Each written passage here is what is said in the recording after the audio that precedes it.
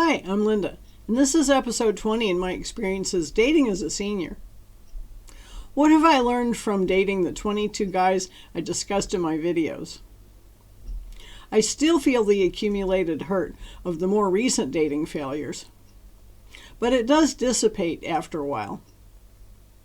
Though I want to be intimate with a man, outside of the parameters of a committed relationship, I'm finding an emotional cost every time I get dumped, which almost always happens by the guy just disappearing, even if I know I didn't do or say anything wrong. Often I get a feeling of it coming even without any indicators. They just don't see me as any more than an object and have no empathy or consideration for my feelings. I have been criticized for jumping into things instead of being more careful. Jumping into something worked out with my late husband. We had 16 loving years together. Having grown up during the free love era of the 60s and 70s, I have always done that. So it is unlikely I will stop, but I am trying to slow it down a bit and learn from a few mistakes. When it comes to love, sometimes you have to take a leap of faith and just jump. But please keep your eyes open and your head clear. So what mistakes have I made? Even at my age, I have been a bit naive. It stems from the fact that we are spoiled for choice, having so many potential partners available at the swipe of a phone screen. All we have to do is wait for fate to connect us with that elusive one and only soulmate, someone basically the same as ourselves, who can also be our lover. It implies that the soulmate will automatically understand us, take care of us, and never hassle us about anything. Therefore, upon finding our soulmate, we will not have to put any effort into the relationship. Supposedly, the sex will be awesome, and there will be no need to actually get to know the other person because that person will already know us on a deeper level. At the very least, it is an excuse to be lazy. I'm not waiting for a soulmate. I'm looking for someone who interests me. I can be deceived if a guy feigns an interest in my interests.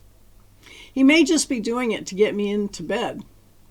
At least he is making an effort, and it makes me smile. If sex is removed from the equation, then it becomes obvious quickly who I have a real connection with. The problem with dating for sex is that after we part, I feel empty. And the only way to feel better is to have sex again.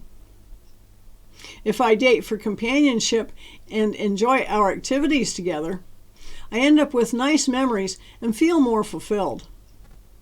I find sex without commitment really doesn't do anything for me. I thought it would. I know part of it is because the guys I met really can't perform well anymore. Quite frankly, I feel deceived because they sure talk like they can. They get what they want, but I almost never get what I want. The result is that I now know that if I'm not in love with the guy, and I do mean with him, sex is more hassle than it is worth. It always seemed that the more sex I get, the more I want. Conversely, the less sex I get, the less I care. It is very unfortunate that it seems most men don't care about actually being in love with the person they are having sex with. I hope to be proven wrong. I have to wonder if it is really time to let go of wanting a lover who is fully functional. Maybe I should just be looking for a serious companion. At least my electric boyfriend is pretty good at taking up the slack. I'm changing my attitude about dating. I'm not sure if I really care about sex anymore. I'm not exactly fresh as a daisy these days, nor am I as flexible. I have to prepare for sex, a process that starts the night before. Sex itself is actually work, especially if it takes a long time to get fired up. And there is usually cleaning up afterward. Most of the men I met that are my age or older are on some kind of blood thinner, antidepressant, diabetes medication, or a combination thereof, and or have an enlarged prostate or hernia that makes sex difficult. I truly feel sorry for these guys because they really do still want female attention. The mind is willing but no longer commands the body. What frustrates me most is that it can take several dates to find out that I can't get what I want from the sex. It seems too often that we are just going through the motions. What have I learned? First off, no more separated men. At least I realized it is crucial to see the man's home and how he lives before ever going to bed with him. If he won't let me come over, we are done. Something it took me a long time to sort out is the difference between dating and looking for a steady hookup.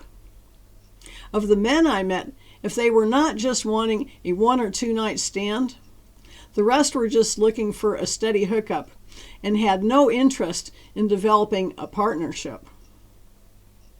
I let it happen because of my misconception that physical intimacy would lead to emotional intimacy. It might work the other way around, but the guy always wants to know if we are sexually compatible before giving a damn about anything else. So they push for a physical connection before even considering anything deeper. Once that connection is made, they seldom care to do more than what it takes to get into bed.